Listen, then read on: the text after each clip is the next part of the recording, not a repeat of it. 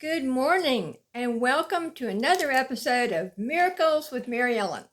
Of course, I'm Mary Ellen, and you can always connect with me through whatever channel you are watching me on, or just go to askmaryellen.com, which is, of course, my website.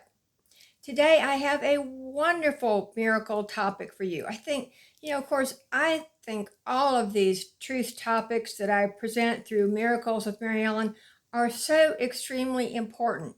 Yet this one is one of the ones probably in the top three. And it is called the art of forgiveness. Because yes, forgiveness is an art. Now, forgiveness is very powerful medicine. And next to loving yourself and practicing gratitude, forgiveness is so necessary for the deep healing of all those old wounds you keep stuffed inside yourself. Now, there are tons of misconceptions about forgiveness. Of course, when we ask God to forgive us, what happens? You're forgiven instantly. Yet, as humans, we carry around this list with us of all of our wrongdoings, our errors, our mistakes, all of the people that did us wrong and when they did us wrong, and this happened and that happened and that happened. And you can't do that and go forward creating the life you want to create. So, forgiveness is not only about extending goodness and mercy to the other people who hurt you in your life in some way. It is about loving yourself enough and forgiving yourself. Forgiveness is always about forgiveness of self. Forgiving yourself for listening to, doing what somebody led you to do that was probably the wrong thing to do when you knew it and you did it anyway. Or forgiving yourself for something that you wish you'd done, or maybe that you didn't do and you wish you could go back and do that. So you always have to drop all of those, if I had done that. If is a horrible stopper. Say to yourself, I'm ready to let go of this guilt and begin anew. See what feelings come up for you as you say that. Sit with those feelings as you let go and forgive yourself. Because, like I said, forgiveness is not necessarily about the other person, it's always about you. And I'll get more to that in a minute. Freeing yourself from forgiveness gives you the ability to move forward with nothing holding you back or keeping you stuck. Because unforgiveness keeps you stuck. And you are sometimes, I have people that I know that are stuck for their entire lifetime. And on their deathbeds, they'll go, oh, I wish I'd forgiven myself for that, or I wish I had forgiven them for, please don't waste your whole life doing that. Unforgiveness keeps you stuck. So the first step in forgiveness is to make a conscious choice to forgive. And of course, you have to be aware of the issues you still carry around with you that you need to let go or forgive, or any past hurts. Because when you don't allow these past hurts to go, they come back into your life. And you will see these same issues happening at work, in a relationship, or with a friend. They'll come back again and again and again until you learn, oh, it's not about them, it's about me. I need to learn to forgive and let go and love myself enough to forgive myself.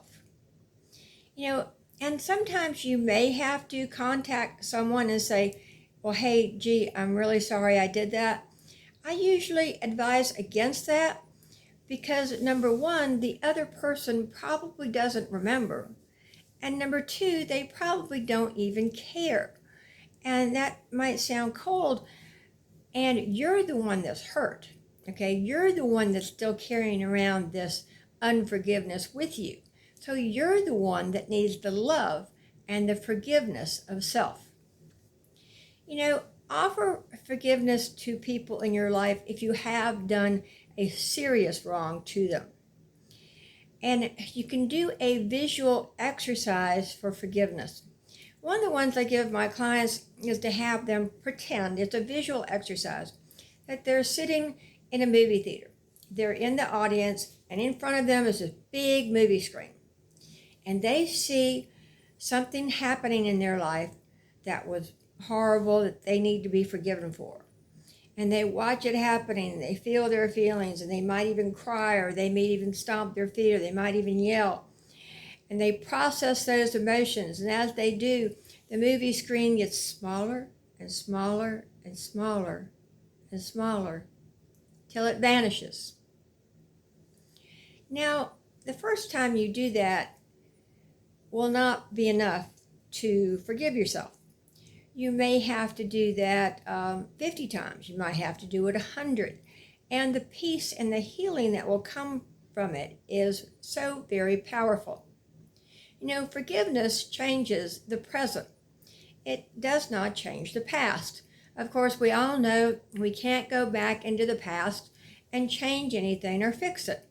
And even if you could, you wouldn't want to, because it would disrupt the timeline. You have to go forward into the future. And you can only go forward into the future with love and healing yourself through forgiveness. Forgiveness changes the present, and it will allow your future to be so much freer, and so much brighter, and so much more joyful. You know, forgiveness is not a process that you can just do in an instant. It is something that takes time. And the process of needing forgiveness will resurface. And when it does, you need to learn from it.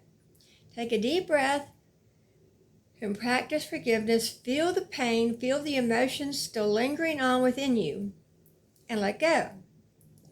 One of the other exercises I give my clients is to write a letter of apology. Now, this can be to yourself or to the other person. And this is a wonderful way to bring closure to any situation in your life. And no, this letter is not to mail. Do not mail this letter. You write a letter to yourself. You write a letter to the other person, even if the other person is not with us any longer. You write it, and when I was doing it, I was like, "Dear Mom, you know, this happened and that." It gets all that junk out of your system. You can set it aside. A few days later, you can burn it or you can shred it. And you might have to do this letter writing again. But as you do, it gets all of those negative emotions, all of those feelings out of your system. Of course, you can always do physical exercise, and having a plant and taking care of a plant, especially a forgiveness plant. Now, a peace lily is a great forgiveness plant. Also, a purple hyacinth is a plant that people will send to each other. That means I'm sorry. You know, animals are so inspirational about forgiveness, but look at how many times humans hurt them and hurt them and hurt them. And what does the animal do? They come back and open their hearts again and again for love. We could learn from them.